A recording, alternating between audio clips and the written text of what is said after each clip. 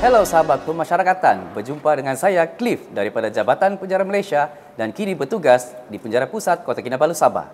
Dan saya Nur Syuhana juga dari Jabatan Penjara Malaysia, bertugas di Akademi Koreksional Malaysia Langkawi. Kami hadir untuk mengambil alih tayangan Apa Khabar Pemasyarakatan pada minggu ini. Dan inilah Apa Khabar Pemasyarakatan selengkapnya.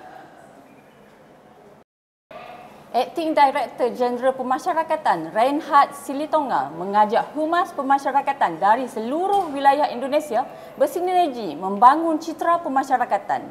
Ia pun memberikan sejumlah penghargaan kepada unit pelaksana teknis pemasyarakatan yang dinilai telah menjalankan kegiatan kehumasan dengan baik.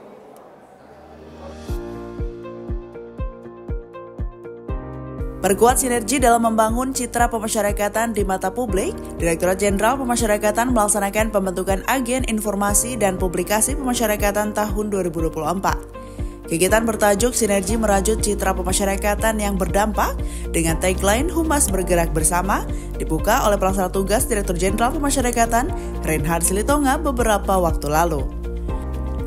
Kegiatan ini dihadiri oleh 150 peserta dari 54 unit pelaksana teknis pemasyarakatan dan Ditjenpas, serta diikuti oleh UPT dan Divisi Pemasyarakatan se-Indonesia secara virtual.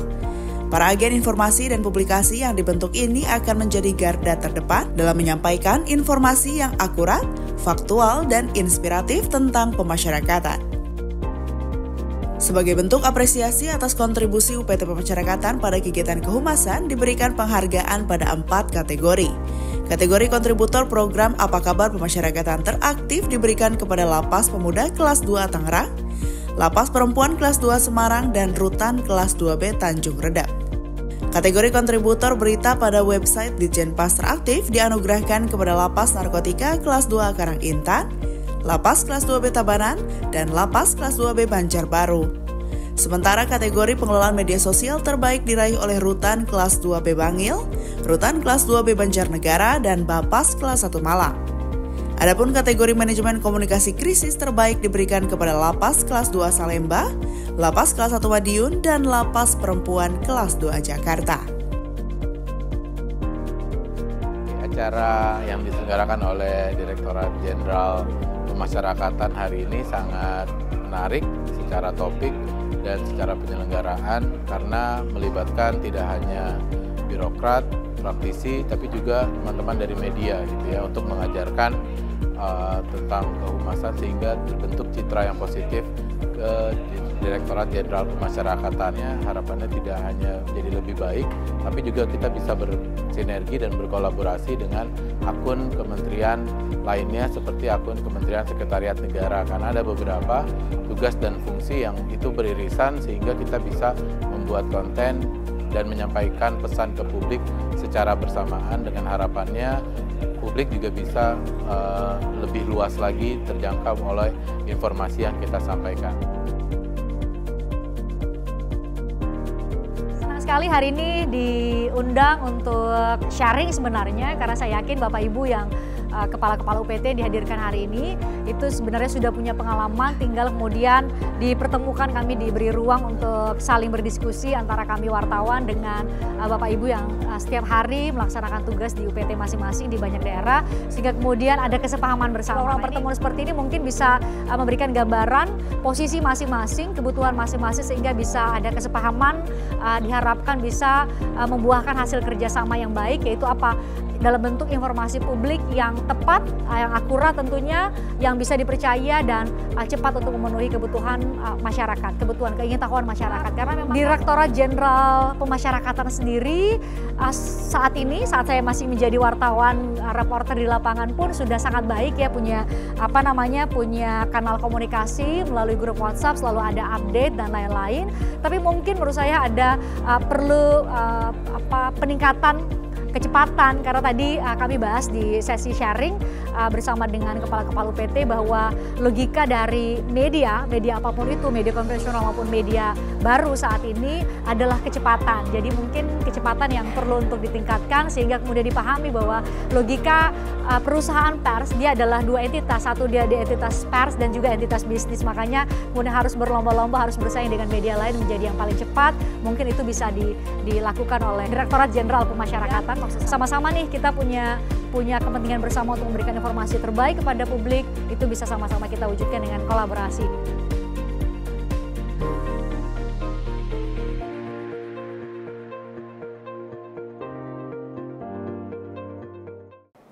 Guna meningkatkan pengelolaan sistem pemasyarakatan, Direktur Teknologi, Informasi dan Kerjasama, Marcelina Budiningsi bersama tim ikuti studi visit ke Kementerian Kehakiman Inggeris beberapa waktu lalu. Kegiatan yang berlangsung 4 hari ini dikhususkan mempelajari sistem penanganan perkara pidana berbasis teknologi informasi.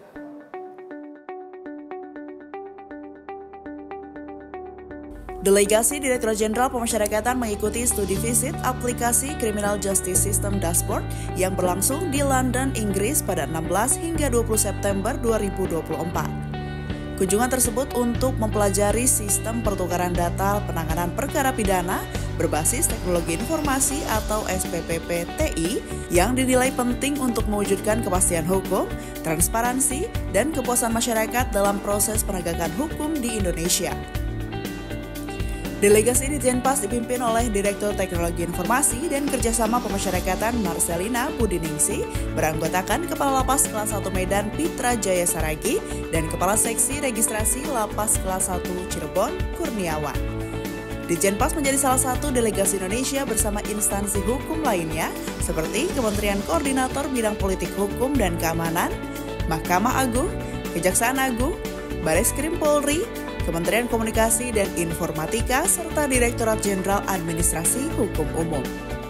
Praktik baik yang dipelajari selama studi visit ini akan diadopsi untuk meningkatkan fitur sistem database pemasyarakatan di Indonesia, serta penjajakan peluang kerja sama dengan Kementerian Kehakiman Inggris untuk mendukung peningkatan pemasyarakatan.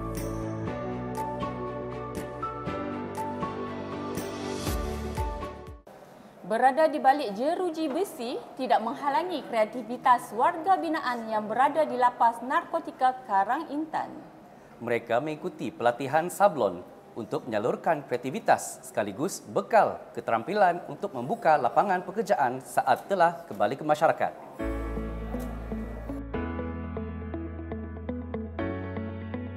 Lapas Narkotika Kelas 2 Karang Intan melaksanakan pelatihan pembuatan sablon bagi warga binaan bekerjasama dengan Balai Latihan Kerja Provinsi Kalimantan Selatan beberapa waktu lalu.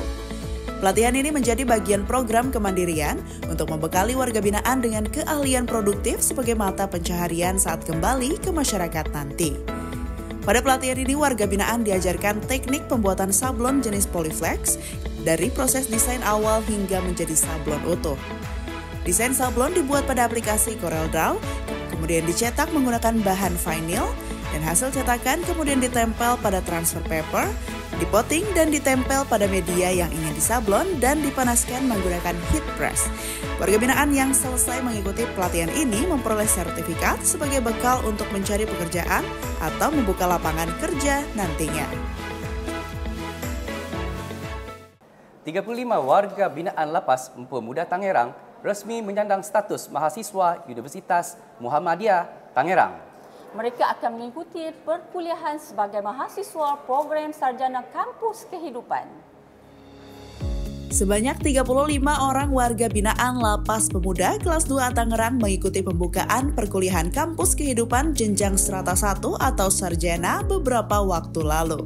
Mereka menjadi mahasiswa bagian dari Sivitas Akademika Fakultas Hukum Universitas Muhammadiyah Tangerang atau UMT. Sebelumnya, mereka telah mendaftar dan mengikuti asesmen hingga dinyatakan lulus dan diterima sebagai mahasiswa baru di UMT. Kepala Divisi Pemasyarakatan Kantor Wilayah Kementerian Hukum dan Hak Asasi Manusia Banten, Jalu Yuswa Panja, berharap kerjasama dengan UMT akan memantik minat kampus-kampus lainnya untuk terlibat di kampus kehidupan. Pembukaan perkuliahan ini dilanjutkan dengan pemberian materi kuliah hukum oleh Dekan Fakultas Hukum UMT, Aulia Casanova. Para warga binaan pun sudah resmi menjadi mahasiswa baru dan mengenakan jaket alma mater UMT. Kampus Kehidupan Lapas Pemuda Tangerang sebelumnya telah mencetak 30 sarjana dan 2 magister pada 2022 lalu. Hasil kerjasama dengan Universitas Islam Syekh Yusuf Tangerang dan rencananya pada Oktober ini akan kembali dilaksanakan wisuda. Dukung reintegrasi sosial, Bapas Malang meluncurkan katalog Bakul Bisma. Katalog ini berisi kumpulan hasil karya klien pemasyarakatan sebagai media pemasaran kepada masyarakat. Balai Pemasyarakatan Kelas 1 Malang meluncurkan katalog Bakul Bisma yang menampilkan beragam produk kreatif hasil karya klien pemasyarakatan dan Pokmas Lipas beberapa waktu lalu. Produk yang ditampilkan diantaranya produk olahan makanan dan minuman, tas, hingga pouch sebagai bahan promosi kepada khalayak luas. Hal ini dilakukan sebagai upaya mendukung program reintegrasi sosial klien pemasyarakatan Bapas Malang. Bapas Malang menyediakan sarana untuk merangkul usaha-usaha yang telah dijalankan klien pemasyarakatan. Katalog Bakul Bisma bukan sekedar kumpulan produk, tetapi juga menjadi bukti nyata bahwa dengan pembimbingan yang tepat dan dukungan masyarakat, klien pemasyarakatan dapat kembali ke masyarakat sebagai individu yang produktif. Bagi masyarakat, katalog Bakul Bisma menawarkan kesempatan untuk mendapatkan produk-produk berkualitas dengan harga terjangkau, sekaligus berkontribusi mendukung keberhasilan rehabilitasi dan reintegrasi sosial klien pemasyarakatan. Katalog Bakul Bisma dapat diakses pada website resmi Bapas Malang.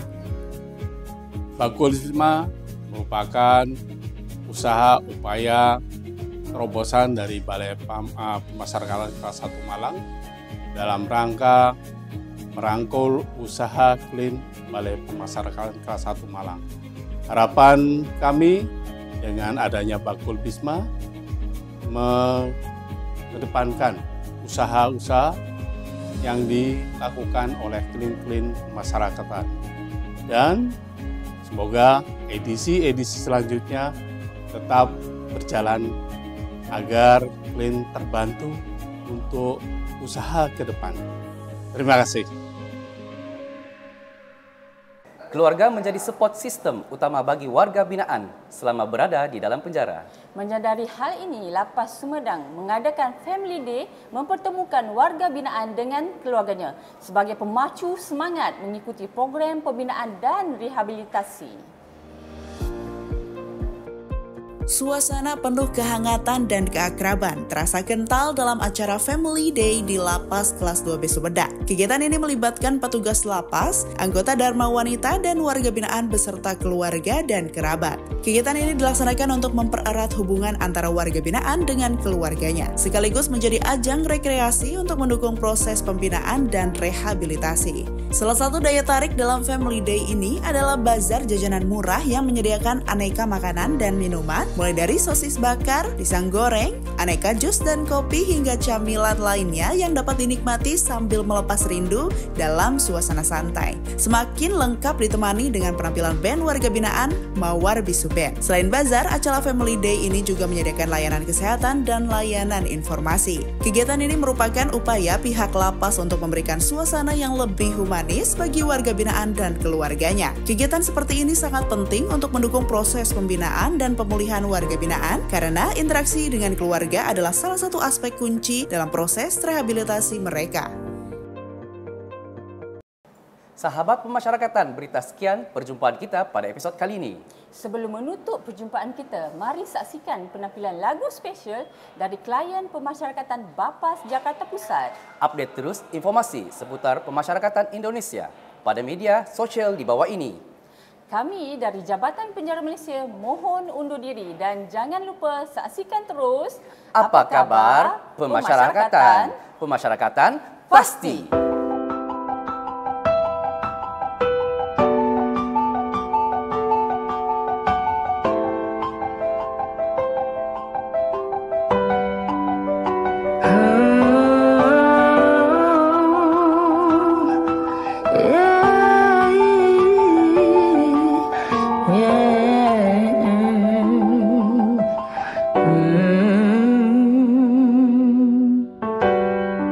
Some people live for the first time.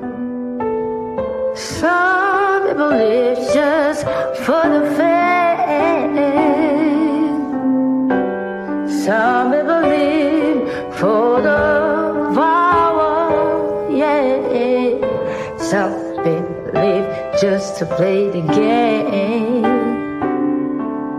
Some people think that are physical things divine what's within, and I